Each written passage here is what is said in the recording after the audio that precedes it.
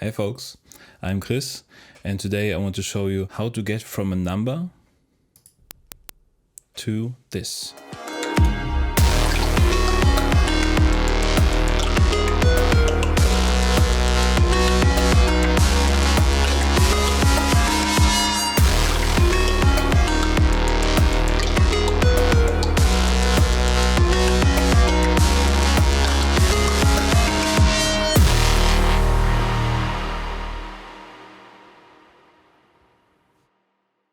The fun fact we want to use today to make music out of that is that the number 1 contains all frequencies.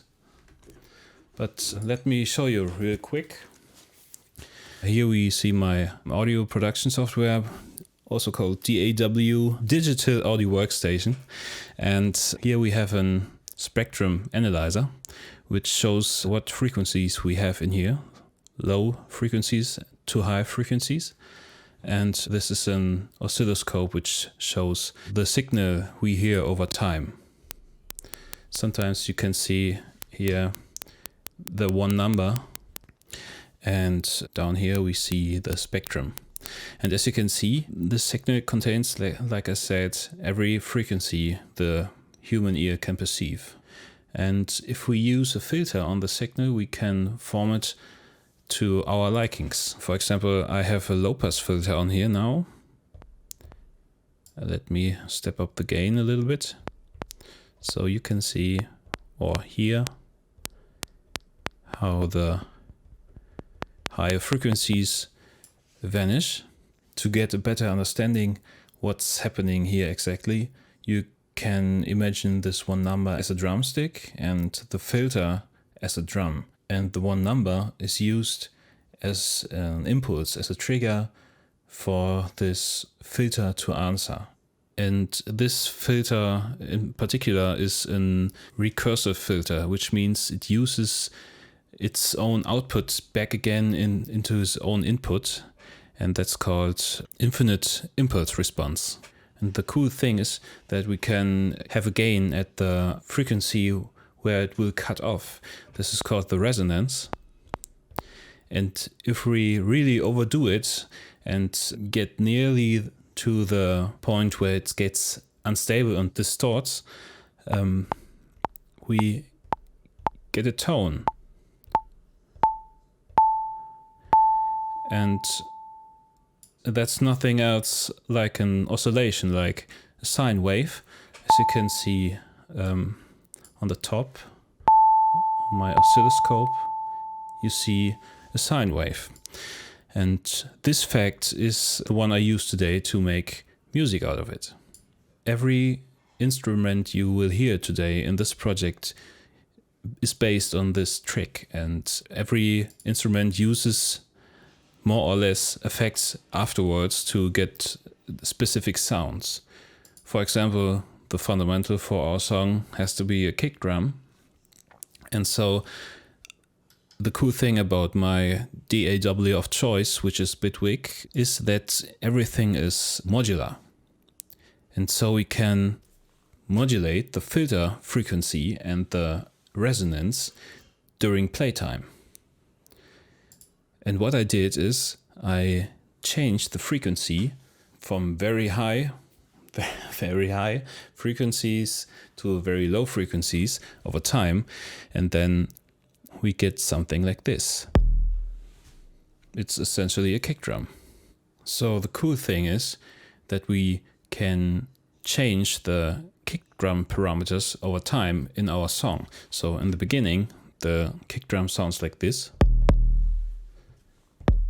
And on a later part in this song, it sounds like this. More distorted, more accent on the transients in the beginning of the kick. But let me show you some other instruments I produced.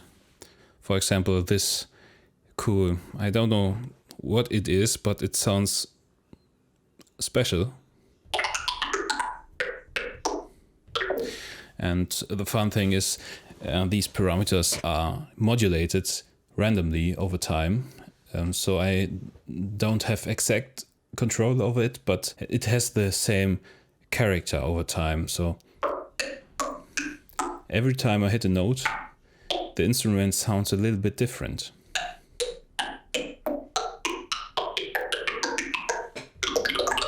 And I really like it. It sounds special in a way. And what I do here is I have layers of filters which play at the same time, and every layer has a sampler with this number in it, and later on a filter which gets randomly modulated over time. And if you solo it, you only hear one filter, and later on all these filters get routed through a reverb. That's why it sounds so spacey. And if you use multiple filters of them, you get this crazy sound. Here you can see the peaks or the resonances of every single filter. So I created multiple instruments, like percussive instruments, like hi-hat sound or zapping sounds to get some rhythm. Oops. It's also a percussive ticking sound to gain some rhythm or drive. So another cool thing of this DAW is that you can use clips with MIDI notes in it to just drag them into a sampler, and then you can play the instrument or the kick drum in this example with a keyboard, and the tone height gets adjusted. And this drag and drop technique lets you play the filter responses with a keyboard also. So this is what's happening on my bass line. There's a sampler with a filter response in it, and I can play it with a keyboard.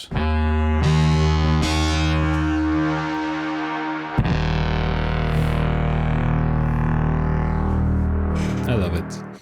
But of course a track like this can't live without a proper synth sound, a lead sound, and so I decided I want to play a filter directly. The MIDI keyboard is controlling the filter frequency directly and also the resonance. This way we can play the filter frequency.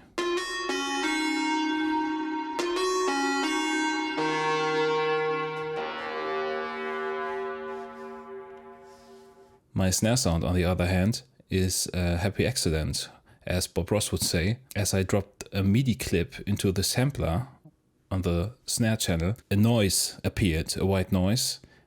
And then I decided, yeah, let's just roll with it and try to create a snare sound out of it. And so without any filters behind it, let's see, yeah, without any filters, this is just a decaying white noise, but with the filters enabled, we get a tonal component. And easy as that, we have a snare sound. And to get some sparkling effects in the background, I created also a layer of filters, but they're routed into a reverb and the filters get changed over time.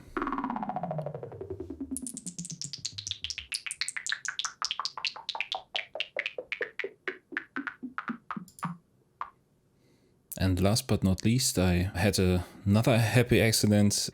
I created a very long decaying filter response and I put a flanger on that, and that own feedback was turned up very high, and so I got this one.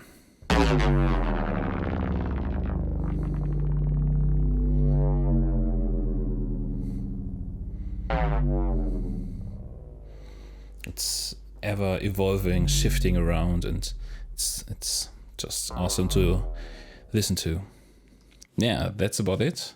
The last thing I want to do now is to wish you a good time listening and consider subscribing. Bye for now.